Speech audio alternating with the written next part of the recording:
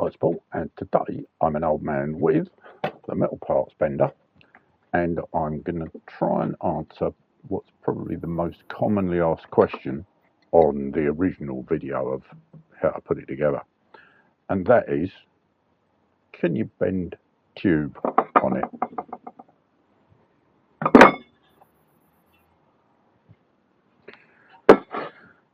Okay, in simple terms, the answer is no.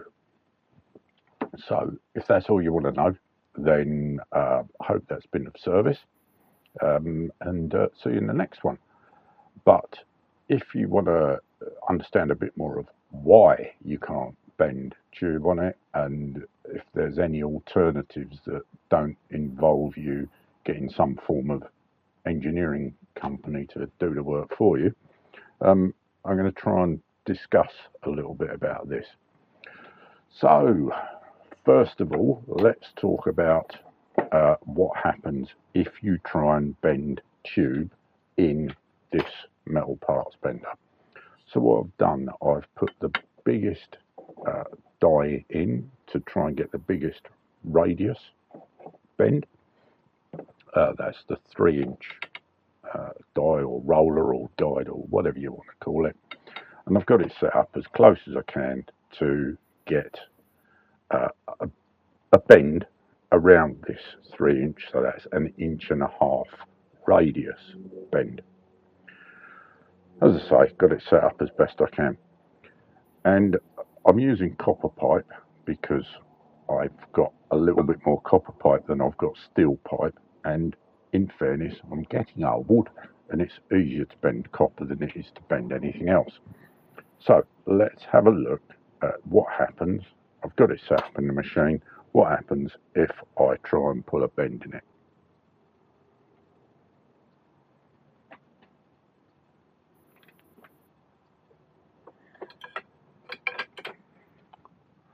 And that is what happens. I can try and pull a bend in conduit. This is steel conduit, standard electrical conduit. Quite a rarity these days because everybody uses plastic. And I don't know how successful I'll be because it's too small a radius and I've got to put too much effort into it. But we'll give it a go. Bearing in mind that this is without the extension arm on it.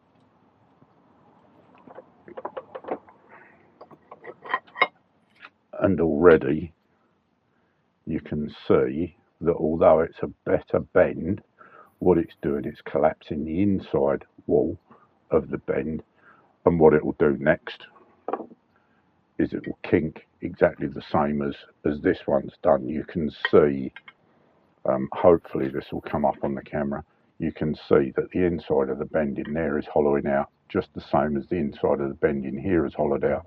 It's collapsed this way towards me, and all it'll end up with is a fold rather than a bend, which is not what we want. So why does this happen? Well, the best explanation is for me to get my actual copper pipe bender, because that's designed for the job. And the thing you'll notice with the copper pipe bender is that the tube actually fits into a former, and not only that, with a copper tube bender you also have a guide that follows it. Now, depending on what steel you use or what material you use, if you use copper, you'll pretty much generally have a 2-part machine. So you'll have this to form the bend and you'll have this to guide it. If you were bending steel, you might only have the former. I can't find it, which is really irritating, but somewhere I've got a Hillmore conduit former, and all it's got is this section. You don't have the guide as well. You don't have the straight bit, because the steel supports itself just about well enough to be able to form it around a reasonably tight bend without actually needing the extra bit against the roller. Let me quickly show you how this works. There are many different versions. This is a Hillmore one, a hand one. I used to have a proper tripod one that had all the attachments for doing conduit, for doing gas barrel and all the rest of it. But someone decided that they were more entitled to it than I was, and so they took on a negotiation with my garage door, which they succeeded in without me knowing, and they wandered off with my tripod bender and all except for my conduit guide, and I can't find the conduit former anywhere. I don't know where it is. It's probably up in the loft somewhere. Anyway, ramble, blah blah. So what we've done is we've put the tube into the former, and we've got the guide up here, and all we're going to do is, at a very awkward angle, normally I'd stick this on the floor, let's put it on the overhead.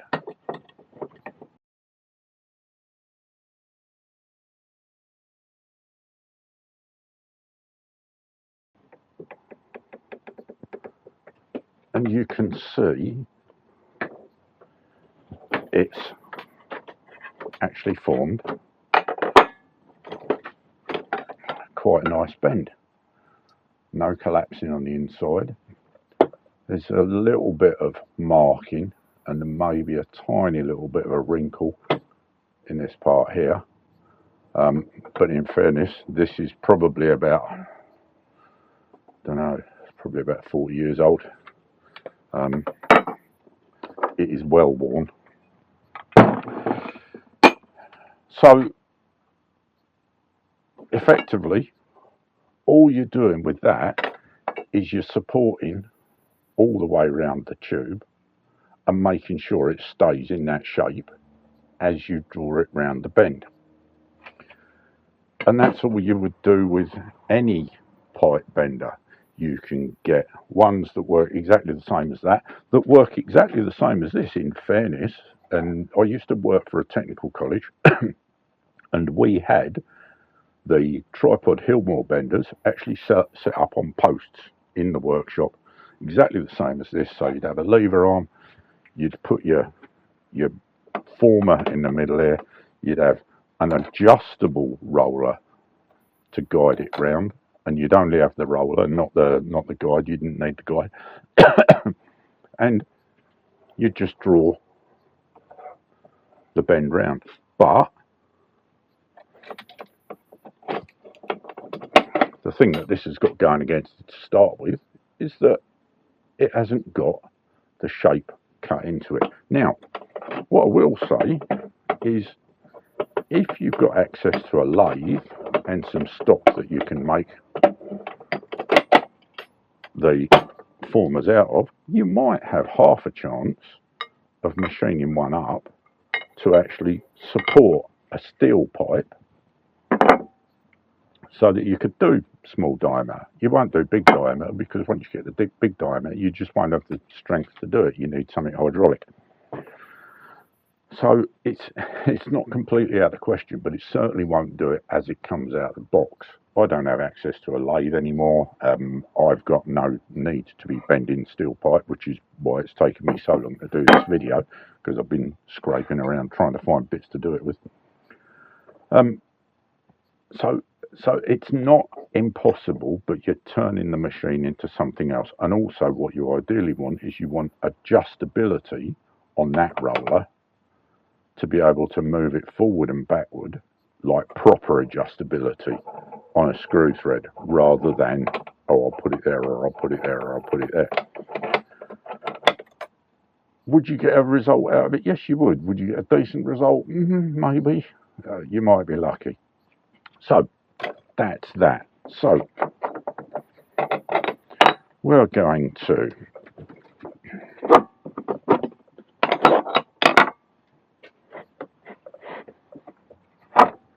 bid farewell and bon voyage to the metal bender and move it out of the way. And here I've got some other bits of pipe. I've got a bit of split wall.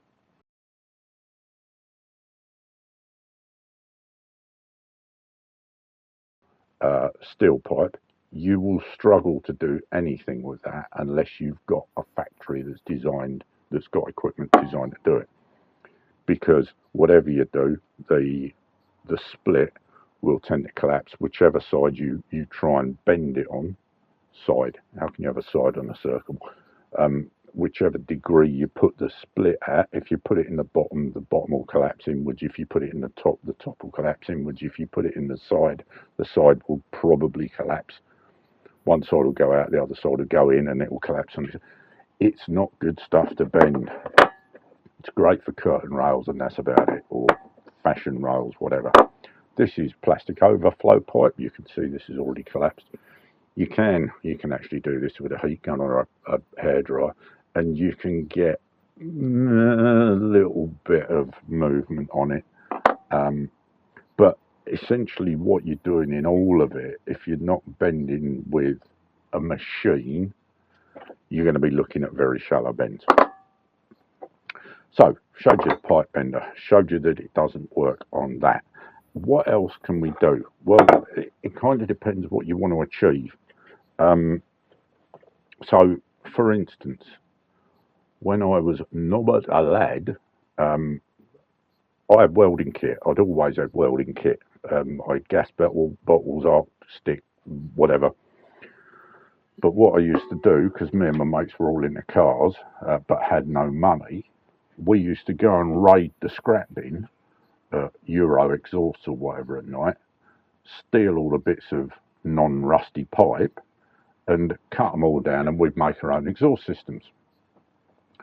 So we'd cut the exhaust apart, and literally we could make a bend in sections. And you'll see specialists to this day making custom exhaust systems out of a number of sections of a hole, and then welding it, normally TIG welding it these days, because TIG welding's a much better way of doing it. It's nice. I like TIG welding, but I can't afford a setup. So I used to do it on gas, in people's garages, side the road, whatever. And you just cut sections out at angles, and you make them into a bend. Google custom exhaust manufacturer.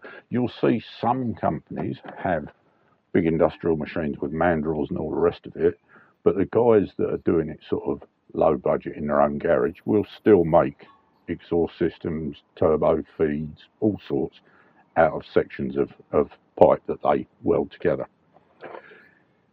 If you're not looking for something that is going to carry a medium, and by that I mean a liquid or a gas, if you're not looking to have anything go through it, you're just looking for a decorative solution. So you want to bend a radius around a big plant pot or something like that. What you can do is you can get a hacksaw or a cutting disc, and you can cut almost all the way through the pipe at regular intervals, say ½ inch or 10-15 mil intervals, cut almost all the way through the pipe, and then what you do is you get the pipe and you pull it, and it closes up all the gaps where you've cut the material out. And that will make you, if you take enough care of it, that will make you quite a reasonable bend. But of course it's no good for carrying any liquid or gas, because it's all going to fall out the holes. It's virtually the same as what you would be doing if you cut this into sections to make an exhaust.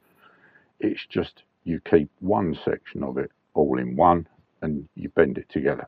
We used to do the same with angle iron. If we were making an angle iron support around something, we would cut sections out, or not cut sections, but put lots and lots of cuts in the flat, and then you could bend the angle iron round. Yes, it loses a lot of its strength, but provided you support it well enough, we used to hang like hot water tanks and steel cylinders off it and stuff like that. And it works very well, provided it's got the support, because if you don't do the support, it's just going to collapse. But again, cutting lots of regular slots works. Going back to the copper, I've no idea if you can still get them, but for, well, the longer than my lifetime, my family has been in possession of some of these. This is a bending spring. And what this does, and it's not going to work on that because that's got the end crimped over from a cutter.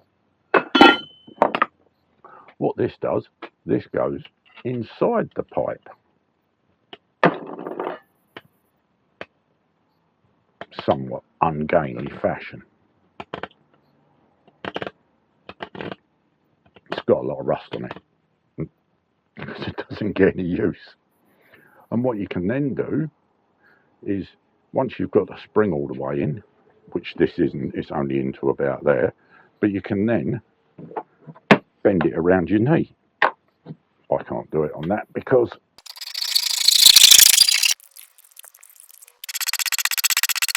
a few moments later, as they say. So there you go, there's my tube. Spring goes in it properly now. And what I can do is bend it around my knee. And again, it gets a half decent bend.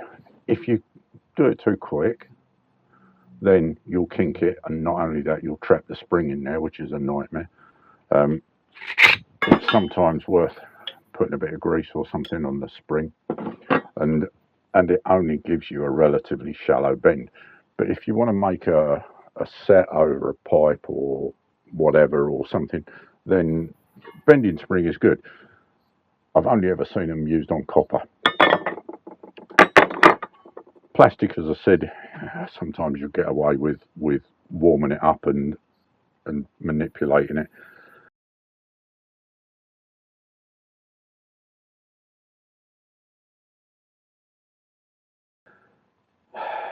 It can also go very wrong very quick, so keep some spare around. The only other thing that I've ever seen, and I'm going to demonstrate it on copper again because it's easy, is this and its counterpart here. This is a bending bracket, and what you can do is you put your tube in here and you bend it by human force a tiny little bit at a time. Obviously it needs to be well supported, it needs to be bolted to a post or something, maybe the post that you've got your metal bender mounted to, but that will work.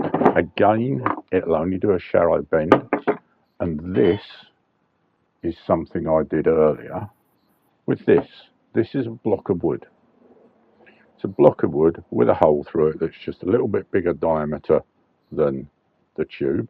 Ideally, you'd be exactly the same diameter.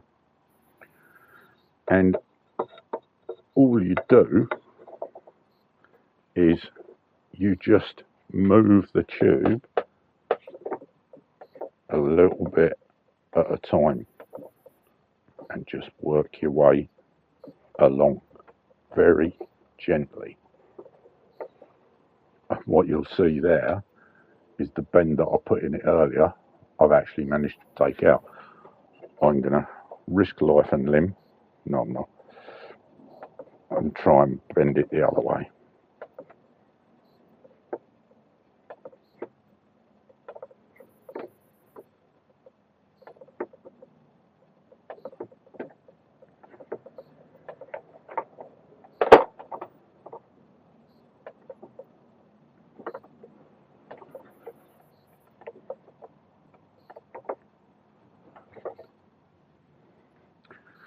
So it's getting a bit of a crimp on the inside. I definitely went too far there. It's starting to buckle. But you can see it is bending, and bearing in mind that I'd already bent it the other way, I'm kind of really pushing my luck to try and rebend it in the opposite direction. You can do that with copper, you can do that with steel. All you need is a hole and a strong enough bit of wood, and a hole a little bit big, just slightly bigger than the diameter of tube. And what you want to do with your drill bit is you want to go up and down so that you create a bit of a lead in at the top and bottom of the hole.